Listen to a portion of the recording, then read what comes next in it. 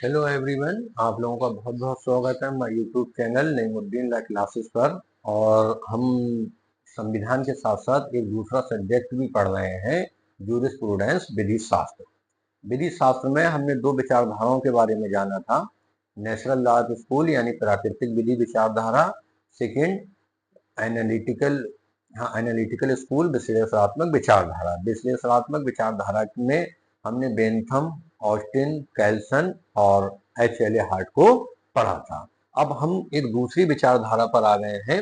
जैसे कि मैंने बताया था, इसमें जो चार विचारधाराएं वो वही इंपोर्टेंट है, वैसे तो हैं पांच विचारधाराएं। एक नेचुरल लॉ ऑफ स्कूल यानी प्राकृतिक विधि विचारधारा, एक एनालिटिकल स्कूल यानी विश्लेषणात्मक विचारधारा, तीसरी ऐतिहासिक यानी हिस्टोरिकल स्कूल, चौथी सोशियोलॉजिकल स्कूल समाजशास्त्रीय विचारधारा, पांचवी रियलिस्ट स्कूल यथार्थवादी विचारधारा। कभी कभी चूंकि यथार्थवादी विचारधारा को समाजशास्त्रीय विचारधारा की एक भाग कहा जाता है। तो ऐतिहासिक विचारधारा है, इसका उदय कैसे हुआ इसके बारे में हम लोग जानते हैं। इसके बारे में यह कहा जाता है कि 18वीं शताब्दी में यानी 18वीं शताब्दी में जो प्राकृतिक विधि सिद्धांत थे उनको बहुत माना गया, और उनके उसमें यह माना गया कि प्राकृतिक विधि को मानव विवेक पर आधारित माना जाता था, जो नेचुरल लॉ था उसको, और इसे सार्वलौकिक, स्थायी, स्थिर और ऐसा माना जाता था जिसे चुनौती नहीं दी जाती। फिर 19वीं शताब्दी में विश्लेषणात्मक अधिरचनावाद का प्रभुत्व हुआ, यानी एनालिटिकल स्कूल का। उन्होंने ये माना जो संप्रभु द्वारा निर्मित विधि है और उसके पीछे अनुशास्त्रीय है वही विधि है, इसके अतिरिक्त विधि नहीं है। लेकिन चूंकि जो ऐतिहासिक विचारधारा के विधि शास्त्री थे उन्होंने इस बात को नकार दिया। उन्होंने कहा जैसे प्रथाएं हैं, परंपराएं हैं, तो ये भी विधियां हैं और इनका क्रमिक विकास हुआ है। ऐतिहासिक विचारधारा के लोग ये कहते हैं, जो ज्यूरिस्ट हैं इसके, वो कहते हैं ऐतिहासिक परिप्रेक्ष्य में ऐतिहासिक विचारधारा विधि एवं राज्य के संबंध को ज्यादा महत्व नहीं देती है। ये कहते हैं कि उन सामाजिक संस्थाओं पर विशेष बल देती है जिनके माध्यम से विधि स्वयं को प्रदर्शित करती है। इस विचारधारा का मुख्य कार्य उन सामान्य सिद्धांतों की विवेचना करना जो विधि की उत्पत्ति एवं विकास को संचालित करते हैं, और इसीलिए इसके ये 6 विशेषताएं मैंने निकाली हैं, जो कि 6 विशेषताएं इसकी बनती हैं। ये विशेषताएं आपको याद रखना होंगी, पूछ भी लेते हैं कि ऐतिहासिक विधि विचारधारा की क्या विशेषताएं हैं, या ये विशेषताएं किस विचारधारा में पाई जाती है। जैसे विधि सार्वलौकिक होती है यानी यूनिवर्सल होती है, ये किसकी विशेषता है? ये नेचुरल लॉ ऑफ स्कूल की विशेषता है। विधि संप्रभु का समादेश है, ये किसकी विशेषता है? ये एनालिटिकल स्कूल की है। ऐसी इनकी भी कुछ विशेषता हैं जिनके बारे में हम इस वीडियो में चर्चा करेंगे। तो पहली विशेषता यह है ऐतिहासिक विधि विचारधारा की कि विधि पाई जाती है, बनाई नहीं जाती। ये भाषा की तरह विकसित होती है, यानी ये कहते हैं कि विधि का निर्माण नहीं होता, ये विकसित होती है। इसमें यह कहा गया है कि विधि पाई जाती है, बनाई नहीं जाती। ये स्वयं विद्यमान सेल्फ एक्सिस्टेंट होती है। जैसे भाषा धीमी प्रक्रिया द्वारा विकसित हुई है, वैसे ही विधि भी विकसित होती है। जैसे भाषा राष्ट्र की प्रतिभा की विशिष्ट उपज है, उसी प्रकार विधि भी।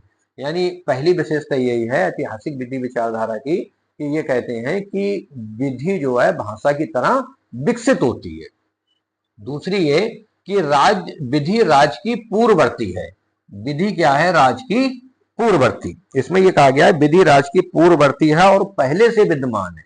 यानी ऐतिहासिक विधि विचारधारा के विधि शास्त्रियों का मानना यह है विधि राज से पहले ही विद्यमान है और राज की उत्पत्ति के बाद हुई है, अर्थात पहले विधि आई उसके बाद राज आया। ये इस बात का सीधा सा आंसर जो देती है कि पहले विधि आई या राज, वो ऐतिहासिक स्कूल वाले देते हैं सीधा सीधा। तीसरा जो है विधि संप्रभु का स्रोत नहीं है। जैसे कि एनालिटिकल स्कूल का पूरा विचार ही इसी पर टिका है कि विधि संप्रभु का स्रोत है, यह संप्रभु का समादेश है। ऐतिहासिक विचारधारा के ज्यूरिस्टों का यह मानना है विधि का स्रोत संप्रभु नहीं है और न समुदाय की आदत, अपितु किसी जाति की उपयुक्त या उचित की सहज वृत्ति अनुभूति। दूसरे शब्दों में विधि राजनीतिक प्राधिकारी और अनुशास्त्री से स्वतंत्र है, अर्थात विधि राज्य एवं अनुशास्त्री की मुखापेक्षी नहीं है। यानी ये इनका ये भी मानना है कि विधि का स्रोत संप्रभु नहीं है। चौथा है विधि के बल के पीछे सामाजिक प्रभाव होता है। ये कहा गया विधि आचरण के नियमों के पीछे जो सामाजिक प्रभाव होता है उस पर निर्भर करती है। क्या करती है कि विधि आचरण के नियमों के पीछे जो सामाजिक प्रभाव होता है उस पर निर्भर करती है, ना कि राजनीतिक रूप से संगठित समुदाय के बल पर। विधि सामान्य अंतर चेतना का प्रकटीकरण है। यानी ये मानते हैं कि विधि जो है वो विधि के पीछे सामाजिक प्रभाव होता है, ना कि अनुशासनिक। पांचवा पॉइंट यह है कि विधि विशिष्ट एवं सीमित होती है। इसमें यह कहा गया है विधि स्वभाव से सार्वलौकिक या सामान्य स्वभाव की नहीं होती, यानी ये विधि को यूनिवर्सल नहीं मानते हैं, जबकि नेचुरल लॉ स्कूल ये मानता है कि विधि यूनिवर्सल होती है। इनका ये मानना है कि विधि यूनिवर्सल नहीं होती है। कहते हैं ये विशिष्ट या सीमित होती है। इसका स्वभाव एवं चरित्र एक समुदाय विशेष के विशिष्ट परंपराओं पर आधारित होता है, जैसे ये समुदाय के साथ बदल जाती है, इनका ये मानना है। पांचवा पॉइंट है ये कि विधि विशिष्ट एवं सीमित होती है। लास्ट ये है ऐतिहासिक विचारधारा के विधि शास्त्री विधायन की अपेक्षा प्रथा को अधिक महत्व देती है।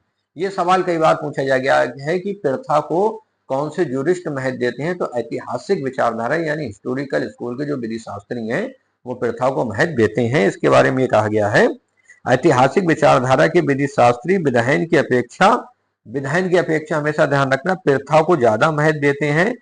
अतः सर्वज्ञनी विधि शास्त्री को ज्यादा महत्वपूर्ण मानता है विधायन की तुलना में। उनके अनुसार विधि शास्त्री राष्ट्रीय अंतर चेतना का प्रतिनिधित्व करता है। तो ये कुछ ऐतिहासिक विधि विचारधारा की विशेषताएं हैं। तो आज की वीडियो में इतना ही, और इसमें फिर आगे हम पढ़ेंगे जैसे इसके जो दो मुख्य ज्यूरिस्ट हैं सर्वज्ञनी और हेनरी मैन, इनको हम पढ़ेंगे। इनके बारे में अलग से वीडियो बनाई जाएगी। धन्यवाद।